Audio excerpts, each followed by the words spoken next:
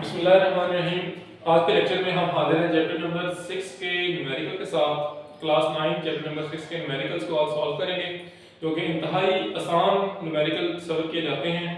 तो बगैर किसी ताकीद के हम स्टार्ट करते हैं आज का अपना पहला न्यूमेरिकल। तो पहले न्यूमेरिकल में हमें क्या कहता है कि a man has pulled a cart through 35 metre. एक आदमी ने एक जो आपके पास कार्ट रेड़ा होता है उसको गाड़ी को क्या किया 35 मीटर तक खींचा and by force of 300 Newton, और उसके ऊपर 300 की फोर्स करी। फॉर एग्जांपल आपके पास एक वो रेडी वगैरह जो होती है, उसके ऊपर 300 न्यूटन की फोर्स लगाते हैं और वो 35 मीटर का फासला तय करती है। तो हमने क्या फाइंड करना है, वर्क फाइंड करना है। तो वर्क का फार्मूला हमने चैप्टर नंबर 6 में पढ़ा था, W = F cross S। F कितना हमारे पास 300, S कितना हमारे पास 35। इन दोनों को मल्टीप्लाई किया हमारे पास 10,500 जूल आ जाएगा। तो ये सिंपल सा इंतहाई आसान न्यूमेरिकल था हमारे पास। तो दूसरे न्यूमेरिकल की तरफ बढ़ते हैं। क्या कहता है कि a block weighing 20 newton is lifted 6 metre vertically upward. कि मेरे पास एक ब्लॉक है तो जिसका वेट 20 न्यूटन है, मैं इसके ऊपर फोर्स लगाऊंगा और उसे 6 मीटर तक ऊपर ले जाऊंगा। ठीक हो गया। तो calculate the potential energy stored, और हमने इसमें क्या फाइंड करना है, पोटेंशियल एनर्जी फाइंड करनी है। क्योंकि हमें पता है कि जब हम हाइट पे जाते हैं तो उस जो एनर्जी होती है वो कौन सी होती है, पोटेंशियल एनर्जी होती है। तो वेट कितना था इसका 20 न्यूटन, हाइट कितनी पे गया 6 मीटर की। पोटेंशियल एनर्जी फाइंड करनी है। पोटेंशियल एनर्जी का फार्मूला क्या होता है हमारे पास, mgh होता है। अब हमें ये भी पता है कि W बराबर होता है mg के। अगर W बराबर है mg के तो हम क्या करेंगे, यहाँ पे mg की जगह W लगा देंगे। जब mg की जगह W लगेगा तो यहाँ पे क्या बन जाएगा, potential energy is equal to WH। Potential energy is equal to WH होगा। W गिवन है कितना 20, H कितना है 6 है, तो 6 ये आपके पास आ गया। 20 मल्टीप्लाई बाय 6 120 जो पोटेंशियल एनर्जी भी क्या होगी, कैलकुलेट होगी। ये भी आपका दूसरा न्यूमेरिकल भी सॉल्व हो गया। अब बढ़ते हैं किससे की जाने। कहता है कि a car weighing 12 kilo newton has speed of 20 metre per second. एक कार जो है उसका वेट है 12 किलो न्यूटन। किलो का मतलब क्या होता है 1000। 12 किलो न्यूटन है तो 12 को आप 1000 से मल्टीप्लाई करेंगे 12000 न्यूटन बन जाएगा। और उसकी वेलोसिटी कितनी है 20 मीटर पर सेकंड। फाइंड क्या करना है, काइनेटिक एनर्जी।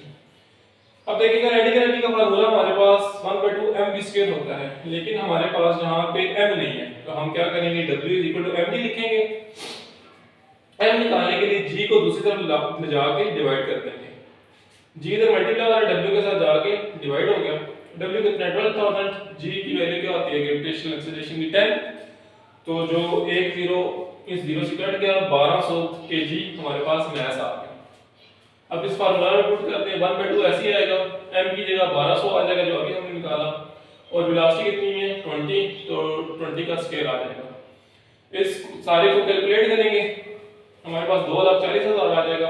अब ये जो 3 जीरो हैं इनकी जगह हम क्या लगा देंगे, किलो लगा देंगे, क्योंकि 10 की पावर 3 क्या होता है, किलो होता है। तो हमारे पास क्या होगा 240 किलो जूल आ जाएगा। थर्ड न्यूमेरिकल भी आपका सॉल्व हो गया। अब बढ़ते हैं अपने फोर्थ न्यूमेरिकल की जाने।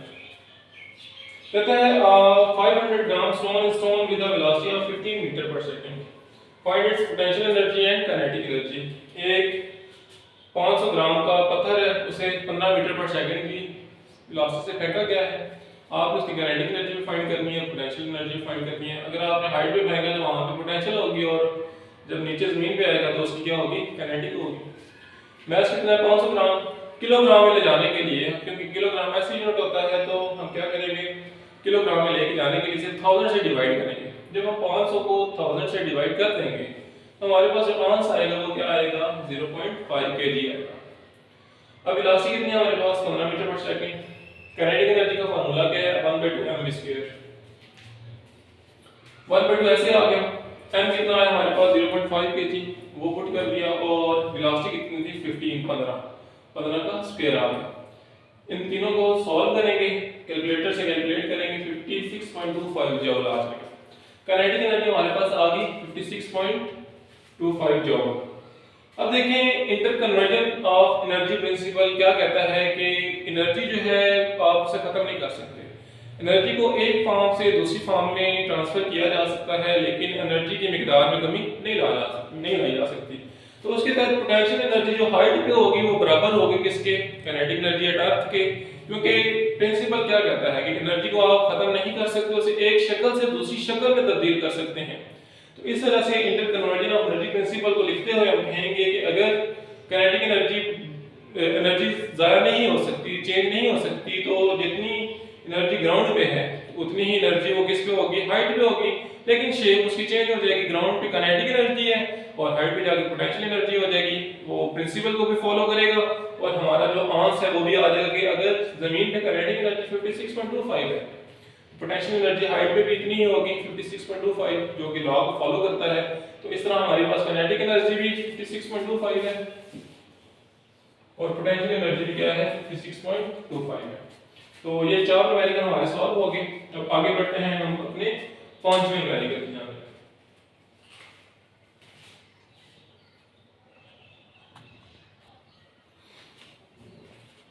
अच्छा जी, अब है हमारे पास फाइव न्यूमेरिकल को कहते हैं on reaching the top of slope 6 metre high from the bottom. एक हमारे पास ढलवान है, स्लोप है जिसकी जमीन से जो बुलंदी है वो 6 मीटर है। Cyclist has a speed of 1.5 metre per second और साइक्लिस्ट की जो स्पीड है वेलोसिटी है 1.5 मीटर पर सेकंड है। Find the kinetic energy and the potential energy of the cyclist. The mass of the cyclist is 40 kg। Mass 40 kg है, kinetic energy और potential energy find करनी है। Kinetic energy क्या होती है, 1/2 mv²। 1/2 ऐसे आएगा, m कितना है हमारे पास 40 और v कितना है 1.5, इसका स्क्वायर आ जाएगा। इसको सॉल्व करेंगे 45 जूल आ जाएगा। पोटेंशियल एनर्जी हमारे पास कितनी है, m क्या होती है, mgh होती है। m कितना है 40, g कितना है 10, h कितना है हमारे पास 6। इन तीनों को मल्टीप्लाई करें हमारे पास कितना आ जाएगा, 2400 जूल आ जाएगा। ठीक हो गया, ये हमारा पांचवा न्यूमेरिकल भी सॉल्व हो गया। अब बढ़ते हैं छठे न्यूमेरिकल की जाने। छठा न्यूमेरिकल कहते हैं motor boat moves at a steady speed of 4 metre per second. एक बोट है, कश्ती जो है वो 4 मीटर पर सेकंड की स्पीड से मूव करती है। Water resistance acting on it 4000 Newton और पानी की जो फोर्स उस पे एक्ट करती है वो कितनी है, 4000 न्यूटन। आपने पावर फाइंड करनी है। पावर क्या होती है, W/T। W क्या होता है हमारे पास, F cross S divided by T। F को अगर हम सेपरेट कर लें, T को S से डिवाइड कर दें, S/T, तो rate of change of displacement क्या हो जाएगा, डिस्टेंस हमारे पास क्या हो जाएगा, वेलोसिटी हो जाएगी। S/T हमारे पास क्या है, बेसिकली वेलोसिटी हो जाएगा। तो हमारे पास क्या आ गया, F मल्टीप्लाई बाय V आ गया। F कितना है हमारे पास 4000 और V कितना है 4। इन दोनों को मल्टीप्लाई करेंगे 16000 वाट आ जाएगा। 3 0 की जगह हम किलो लगा देंगे तो 16 किलोवाट आ गया हमारे पास। ये हमारे पास हमारा जो छठा न्यूमेरिकल है वो भी सॉल्व हो गया। आगे 7 वाला कहता है कि a man pull the block with a force of 300 newton. एक बंदा जो है एक ब्लॉक को फोर्स लगाता है कितनी, 300 न्यूटन, और ब्लॉक जो है वो 50 मीटर तक मूव करता है और कितने टाइम में, 60 सेकंड में। पावर फाइंड करें, वही फार्मूला W = P = W/T और F = S/T। अब F कितना है हमारे पास 300, S कितना है 50, T कितना है 60। इसमें पुट कर दें, इसको सॉल्व करें, हमारे पास पावर आ जाएगी 250 वाट आ जाएगी। ठीक हो गया, ये हमारे पास सातवां न्यूमेरिकल भी सॉल्व हो गया।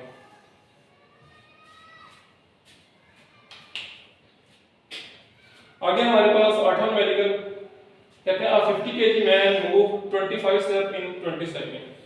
कि एक बंदा है, उसका 50 किलोग्राम वेट है और वो 25 स्टेप चढ़ता है, यानी कि 25 सीढ़ियां वो चढ़ता है 20 सेकंड में। Find its power if each step is 60 centimetre high. कहता है कि आपने पावर फाइंड करनी है अगर हर एक सीढ़ी की जो ऊंचाई है वो कितनी हो, 16 सेंटीमीटर हो। मास 50 kg, number of step 25 time 20 और d कितना है हमारे पास 16 सेंटीमीटर। सेंटीमीटर को हमने मीटर में कन्वर्ट करना है, 100 से डिवाइड करेंगे तो हमारे पास आ जाएगा 0.16 मीटर आ जाएगा। अब क्योंकि हाइट है हमारे पास, हाइट बराबर होगी नंबर ऑफ स्टेप और मल्टीप्लाई बाय डिस्टेंस जो उसने कवर किया, जो डिस्टेंस जो है वो एक स्टेप का है। नंबर ऑफ स्टेप कितने हैं, हमारे पास 25, ये 25 है और नंबर ऑफ स्टेप हमारे पास 25 है और h हमारे पास कितना है, d कितना है 0.16 0.16, 25 को 0.16 से मल्टीप्लाई करेंगे हमारे पास 4 मीटर आ जाएगा। h हमारे पास 4 मीटर आ गया। पावर का वही फार्मूला P = W/T, W बराबर Fs के, Fs/T। अब देखें हम F हम कहां से निकालेंगे? F बराबर होता है W के, W बराबर होता है mg के। m कितना है? 50, g होता है 10, इनको मल्टीप्लाई करेंगे 500 आ जाएगा। तो ये हमारे पास फार्मूला क्या बन जाएगा? F/T। अब देखें फासला जो है वो हमारे पास अब हाइट में है, नंबर ऑफ स्टेप, तो s को हमने यहाँ पे रिप्लेस कर दिया h से, तो ये क्या बन जाएगा? F/T। f हमने निकाला है कितना? 500, h कितना आया था? 4 मीटर, और टाइम हमारे पास कितना है? 20 सेकंड। इसको सॉल्व करेंगे हमारे पास पावर जो है वो आ जाएगी 100 वाट आ जाएगी। तो ये हमारा जो 8वां न्यूमेरिकल है ये भी क्या हो गया? सॉल्व हो गया। तो उम्मीद करता हूँ आपको समझ आए होंगे। अब अपनी राय का इजहार जो है कमेंट सेक्शन में जरूर कीजिएगा। अब हम बढ़ते हैं अपने 9वें और 10वें न्यूमेरिकल की जानिब।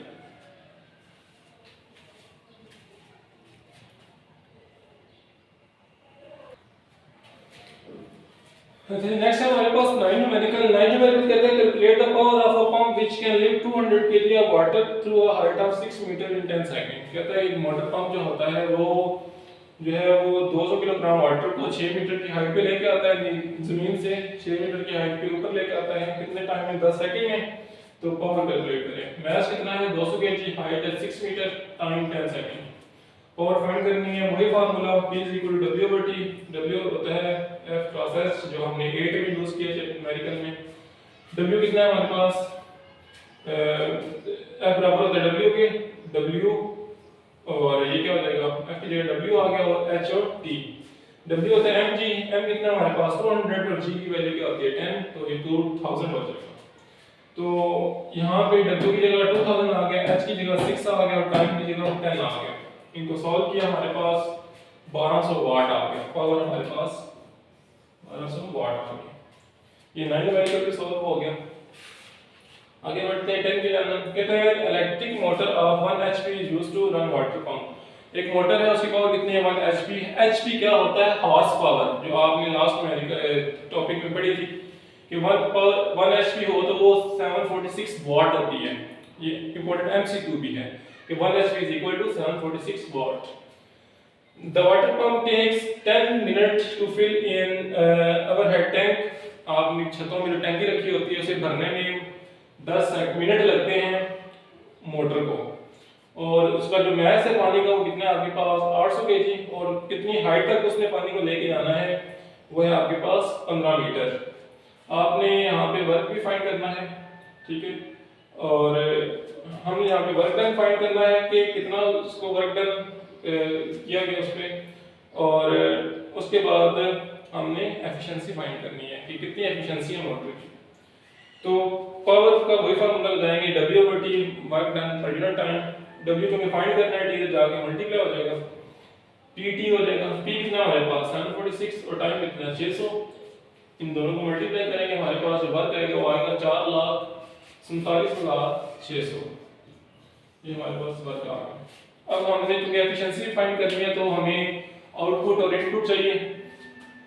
हमें इनपुट तो ये हमारे पास आ गया, लेकिन हमारे पास आउटपुट नहीं है। आउटपुट वर्क वो कैसे फाइंड करेंगे?